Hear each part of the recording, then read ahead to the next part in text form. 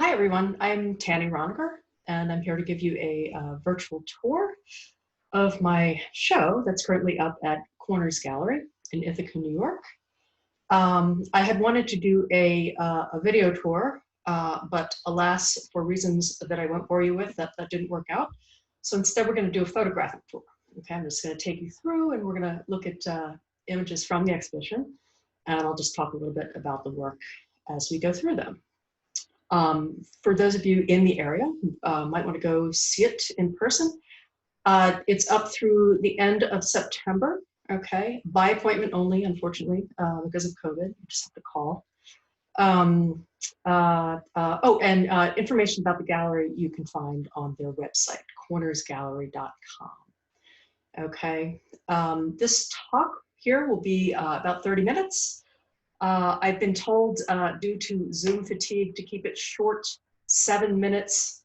For some reason, seems to be exactly how it should be, but I'm going to go for 30. I figure, you know, if you get bored, you fast forward or, you know, press stop or something. That always works. Okay. So here we go. I'm going to share my screen and, yep.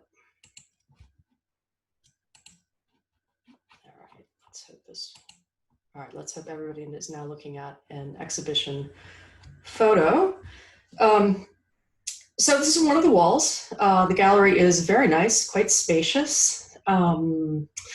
Let's see, there are 14 pieces in the show total, all but one of which are charcoal on paper, on white paper. People often ask me if I'm using black paper. No. Any white that you see is the white of the paper coming through. For people who like specifics, I'm using Lanaquarel 300-pound hot press. Okay.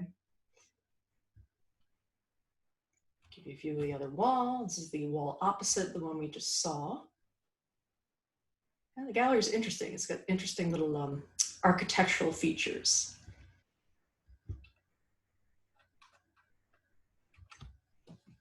And then we have the wall we saw first, but from the other side.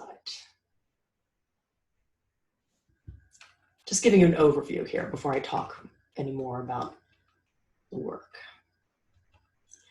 And here's a piece that appears in the very front, by the front door or back, however you want to see it. It's one of two multi-panel pieces in the show. I will talk about them later. This is one piece, by the way, not 16 individual pieces. I would never sell them separately or show them separately. They have to go together in that order. Okay, so I started on this series about 7 months ago.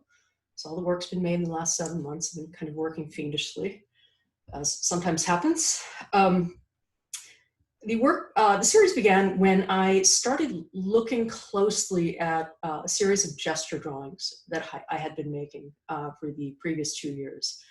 I had been making gestures exclusively. I was sort of obsessed with gesture drawings. And as you can see, they're tiny, tiny little things.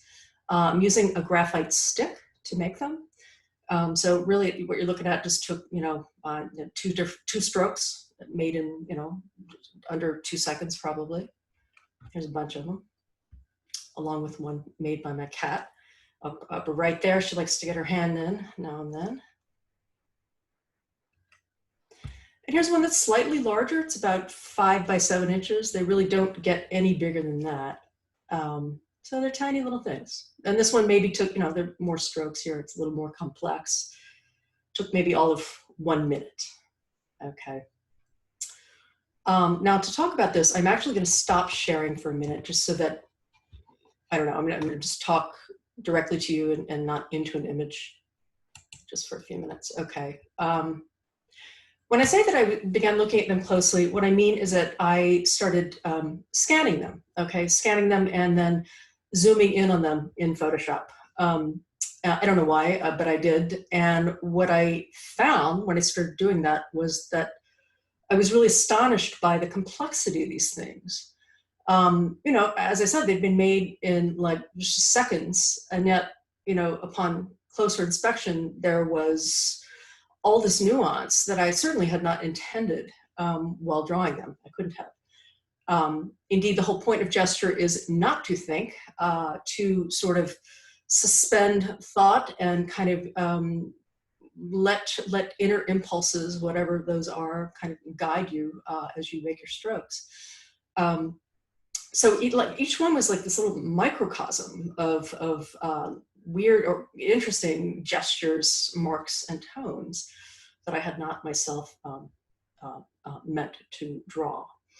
And you know, I'm fond of citing this fact. Okay, this is relevant to what I'm talking about here. It comes from cognitive science. I'm not making it up. It turns out that 98% of human thought is unconscious. You know, we have no direct access to 98% of our thinking. I'm not talking about emotions, right? We all know that most of our emotional life is unconscious to us. But I'm talking about thought, okay? Unconscious mentation. Turns out many of our most important decisions are made in this region to which we have no direct conscious access. And I find that fascinating. And so you know, and the thing about they call it the cognitive unconscious, okay, to differentiate it from, you know, the Freudian unconscious, which is very, very different. The thing about the cognitive unconscious is if you want to know about it, you can't just ask it, you know, what it's thinking. It doesn't speak English, right? It expresses itself in imagery, in particularly, in my opinion, in abstract form, aesthetic form. And you know, things like myth and dream, certainly poetry. Okay, it does speak English to some extent, other languages. But so you know, doing these things was for me a kind of a way of looking into what goes on down there. I mean, it's not that I can understand it when I look at these things. I'm just kind of wowed by it, frankly. You know, I mean, I should say that these things are as mysterious to me as they are to you. I understand them no more than you do. And that's what makes them fascinating to me. If I understood them, you know, I wouldn't spend hundreds of hours making these big drawings based on these little things. I'll talk about that in a second. So, and I do want to add the thing I mentioned, the Freudian unconscious. I am not at all interested in my personal unconscious, certainly not in my work, okay? My work is not about me. What I mean by the cognitive unconscious as it relates to my work is more like, it's more akin to a bodily intelligence is what I'm after, right? And this is something we all share as members of the same species, right? So it's not personal to me. It's something, indeed, that I would say we share with many mammals to some extent, and arguably with all sentient life, and even beyond that, arguably with inanimate matter. I'd love to go off in that direction, but for brevity's sake, we'll just leave it at that. But so that's why I'm fascinated in this deep intelligence that we all have, okay? And the reason that it's so smart is because it's been around for millions of years, right? And it's been evolving for millions of years. When you think about rational thought, it's been around, you know, the blink of an eye by comparison. So rational thought is really not quite as smart as we think it is. And it really is such a little part of our being and certainly our thinking. Okay, so how does this all relate? So looking at the gestures, that's what I'm thinking about. I'm thinking, wow, this is really a window onto that weird, you know, deep intelligence that I and everybody else has.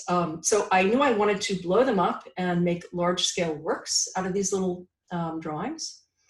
So now we go back to share screen.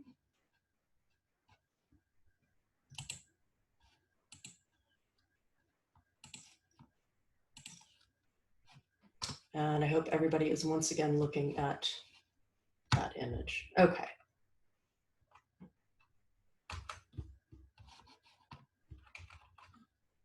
All right, now my arrows aren't working.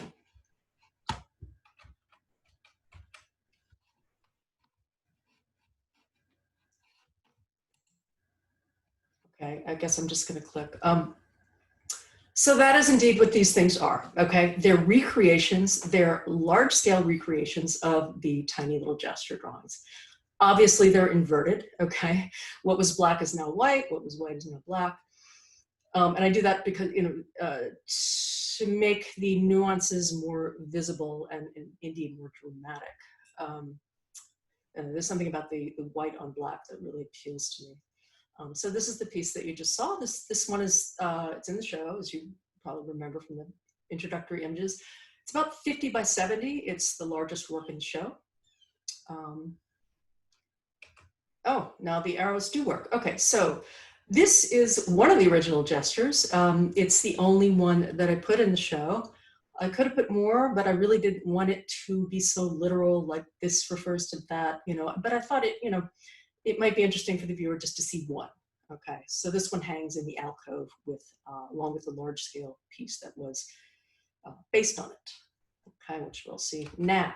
All right, there's that one on the right, which is about, gee, I don't know. I don't know the exact dimensions of these pieces. They're all about 40 by 60, unless I tell you otherwise. Okay, this one may be, a little different. Anyway, you get the sense of the scale from the photographs. So this one is smaller, right? This is one of the first ones that is actually the first one that I did. And we'll look at it closer. When I was thinking about doing this series, I knew I wanted to do it. I knew I wanted to do large scale works, but I didn't know how. I didn't know what kind of medium to use. I tried oil paint. It was a disaster. It was just too messy. I couldn't get what I wanted. I tried pastel. That wasn't quite right either. And I finally arrived at charcoal as the ideal medium to approach this with. Because of course, charcoal is famous for its softness, right? Its softness. You get that beautiful sfumato, right, with charcoal, and indeed translucency, the illusion of translucencies. The problem with charcoal is that I had, although I had been teaching it for 13 years, I'd never myself used it. Sorry, students, that does not infrequently happen. So I had to figure it out. And so really, I was just like on the job training here with this piece. I had to figure it out. This piece took a long time. And by the time it was done, I realized that, okay, this is really gonna work. I can now scale up. You'll note here the magnets at the top, okay? Some black magnets there. The whole show is hung with magnets. I'm gonna give you a little word to the wise for anybody considering using magnets to hang a show. These things are lethal, okay? Lethal. I cannot tell you how many hand injuries my husband and I sustained, hanging the show. I had no idea. Wear gloves, all right? Kevlar gloves or something. And the other thing is, if you're going to paint them, which I had to do, I had to paint, as you'll see, about 75 of them. Keep in mind, there's a polarity there. You do not want to be painting the wrong side, as somebody did. But in my defense, I'll say that I was in a rush and it was a very bad day. Okay, so here's the second one that I did. It is about, this one's about, I don't know, 32 by 60, let's say. Let's say this one, okay, we do have detail. There we go. I'll get back to that in a second. This one almost killed me. I don't know why. Not that any of them are easy, but this one for some reason was really, it took me so many hours, which is funny if you think about it, because the little drawings they're based on, were executed so quickly, and here it's like this labor-intensive, very analytic work. There's nothing spontaneous about it. I mean, I love it. I love doing it, but it's the opposite of gesture drawing. Okay, so now we will proceed to the detail. You'll note that these surfaces are not smooth, not entirely smooth. There's a little bit of a texture to it. That's not the texture of the paper. That is indeed something I create. And the reason I do that is that because these are such large works, there can be huge swaths of the same or similar tone, which when you look at up close is actually boring to look at. And I wanted it to be interesting up close as well. as far away, right? So to sort of activate that surface, to give it a charge, is what I was telling my students. You know, I went in, and it's almost like pointillism, right?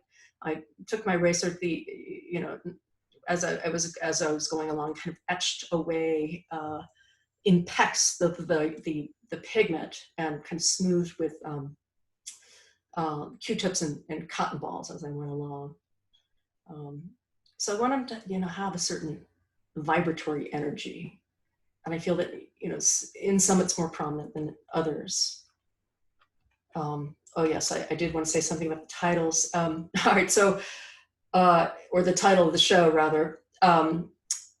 It did not take me long to learn that no matter how hard I tried to recreate the original exactly, and I did kind of want to do that at first, stupid as it was impossible, okay? Not only is it inverted, so it's obviously different in that way, but they came out so very different. Every one was a complete transformation from that original tiny drawing, which I learned that is actually wonderful. I love it. You know, this is kind of, I consider them, you know, successful failures in a way. It completely failed to recreate the original, but got something else.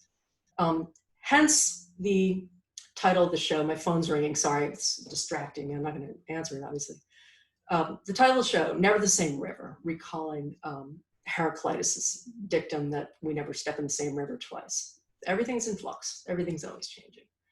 And of course, how could it be otherwise, right? The art of gesture drawing is all about capturing a moment, you know, in time, or not so much capturing, but an organism, namely me, an organism's response to its environment in one moment. Internal, you know, and the conditions are always changing, not just external conditions, but internal too. My body is always changing. My, you know, thoughts are always changing. Of course, the weather and everything around me is always changing. You can't make the same gesture twice. Try as you might. Okay, so speaking of titles, all the works in the show are titled Other Rivers, and then they're given a number. All right, but I can't keep track of the numbers. It's like I have pet names for each of them. This one I call Morris Lewis. People I tell that to have no idea what I'm talking about, but I always see Morris Lewis. You know, the way that the bands that fall in a kind of ribbon-like fashion reminds me of his paintings. They kind of reach out to the edges and fall down to the bottom. Anyway, Morris Lewis. There's detail. You see the grain very prominently there.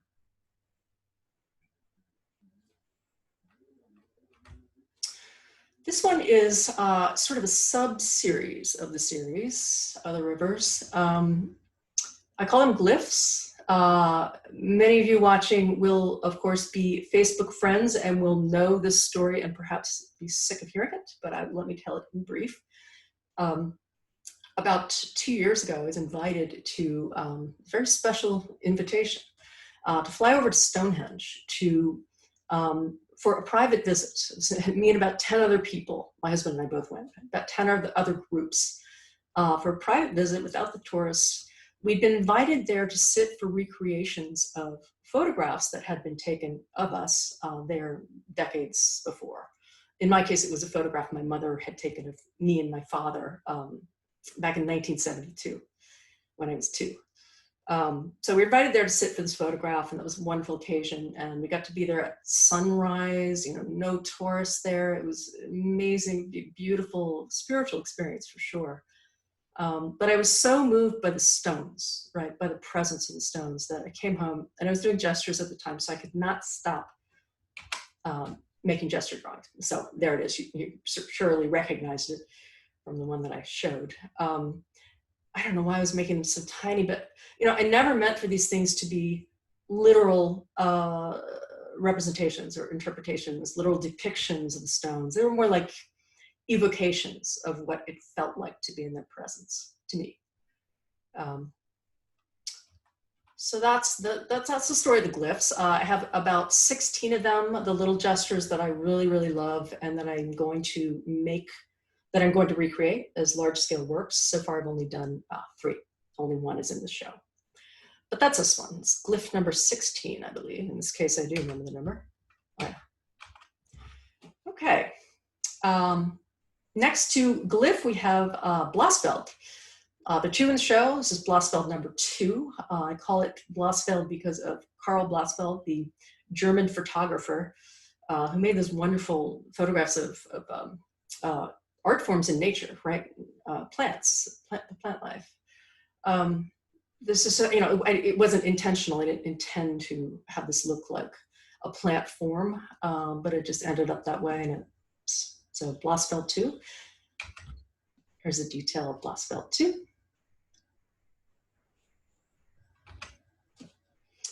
Next to Blossfeld 2 on the wall there is the horizontal bands that we already saw. We will look at that briefly. Again, I have a close-up of it. By the way, I noticed the other day that on Zoom, it takes a few seconds for the images to resolve into focus. I don't know why, but if that's happening, it does eventually resolve, I hope. I hope these are in focus. With this one, I always think, this summer I read a book by the Finnish architect, Juhani Pallasmaa, forgive my pronunciation. But he has this wonderful description of architecture. He calls it petrified silence. And I just love that. And I like to think it applies to my work, this series, for sure.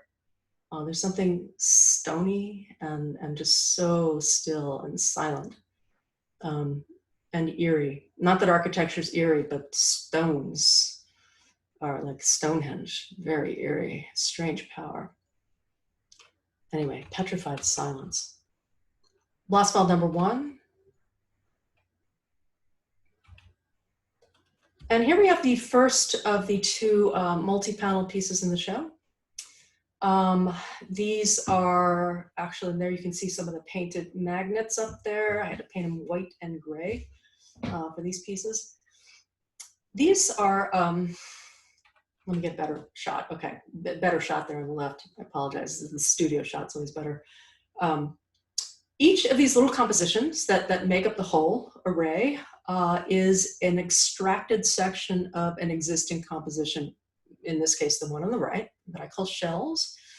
So I went in and I zoomed in even further on the shells composition, which is of course that gesture that we looked at, and extracted these little sections. Again, I don't know why. Why do artists do what they do? I don't know. As I said, I'm driven by some inner impulse to do this and to extract these. Compositions are chosen very carefully. It's not that I just go in and grab any old section, and then I bring them all together into what I think of as a coherent whole. And what I like about these, or what interests me about these multi-panel pieces, is the rhythm, right? The rhythms that are created when they're put all together like this. It's like your eyes doing this dance. You can't stop moving through the piece and around it. It's kind of being batted, from here to there, like a pinball machine, moving the eye around. There's something visually, and I would say even, electrochemically exciting about that.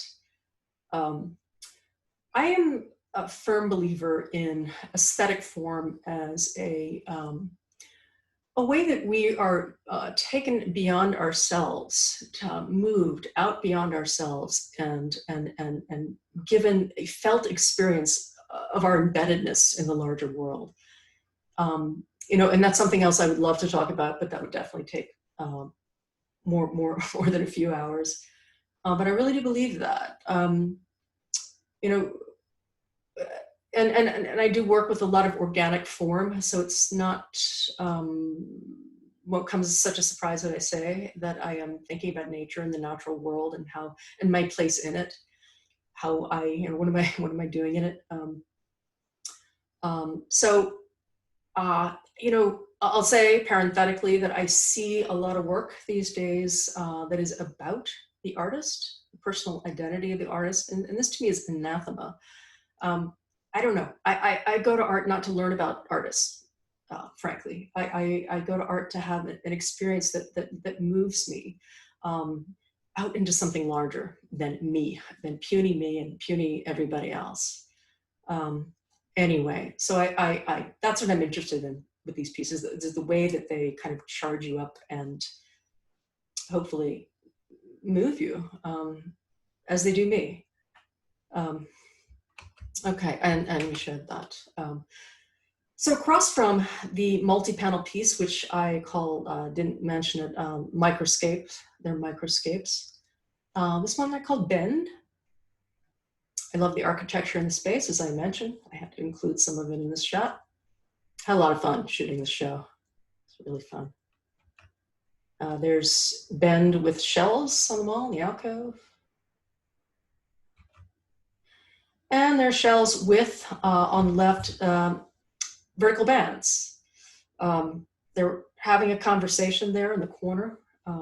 You know, I like to think of it as an amicable disagreement. They're so very different, right? But they're conversing amicably about their differences. Such a rare occurrence these days. Here's vertical bands. Somebody said on Facebook the other day that this piece looks like a rectangular hole was made in the wall, and we're looking into, you know, we were looking at the innards of the wall, like the pipes and the circuitry. I love that. I just love it. I now can't see it any other way. I feel like I'm looking into the wall. But with this one, again, it's really about the rhythms, you know, about these really rigid, almost, you know, architectonic forms. They do definitely allude to architecture for me. And then these very fluid, organic, almost fish-like forms, and the way they're sort of interlaced, interwoven, I guess I would say, and relating to each other. And the way, of course, the forms punctuate the negative space. I think a lot about negative space, as I'm sure you will have guessed. Oh, here, I love this little cube, this architectural cube. The gallerist has confessed to me that she's not exactly so fond of it, but I love it. I think it's great. I love the way it reiterates the pattern on the ceiling. And now, of course, you know, my piece, the squares within the square on the left.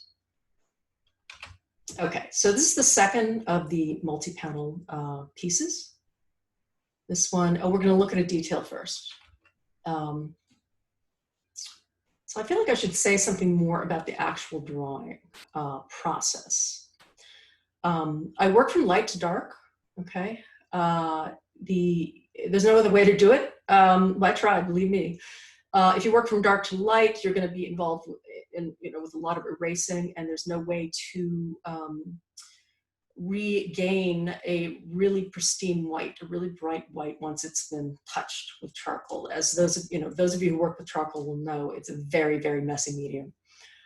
So the areas that are to be pristine white at the end of the process are really, have to really tiptoe around them, keep them really clean. Just not entirely easy. So, you know, and one thing that's not at all evident when you're looking at these, I don't think, is the amount of, not just work, I don't mean time, I mean like physicality involved in making them. There's a lot of erasing and moving things around and trying to get things right, and with the major shapes, right? I'm trying to get them in the right place, and they're never in the right place. I have to shift things about, a lot of erasing, and the surfaces get really, the paper is very good, by the way, I should say. It takes a lot of abuse, this paper. You know, and once I get it gets very scratched, but it's, you know, once I get the pointillist action on there, all that is hidden. So you wouldn't know, but the process is very rough, very crude in a way. I have a practice in my studio where at the end of every day I photograph whatever I'm working on, which is kind of interesting, because then, you know, it's almost like you can look at a film. I made so many photographs of the same piece as it's evolving. I thought about showing one of those here, but nobody needs to know how the sausage gets made. Okay, so this piece on the left is obviously based on, extracted from, right, this piece on the right that we've already looked at. You know, if you look closely, I suppose you could see where I might have taken out the little sections. For example, third column, second row on the left-hand piece. Well, my students tell me my cursor doesn't work. I'm going to try. Okay, I'm pointing to third column, second row, and then I'm pointing to the very left edge of the form on the right. It's taken from somewhere in there. Not that it matters when you're looking at it. It's just if you're interested in the process. And so now we've reached the final piece in the show. It's another small one. I mean, small, it's about 40 by 18 maybe. I'm actually making a larger version of this right now to be about 65 inches tall because it's something I feel that needs to be human scale. Might even make it a little bigger actually. But there's something about the simplicity of this form that really appeals to me. It's just has this very emphatic presence. Yeah, and here you get really a sense of the translucency that you can get, the illusion of translucency with charcoal. So I'm now going to stop sharing the screen. And if we were in a real live talk right now, I would take questions, but we're not. So I will be posting this video on Facebook and Instagram. And I hope that some of you, if you have questions, you will ask them there. I'd love to answer anything you might be wondering about. And I just hope that sometime in the near future, we will be doing this in person again. It's rather awkward, but I do hope you got something out of this. And thanks for listening. Okay, cheers, everyone.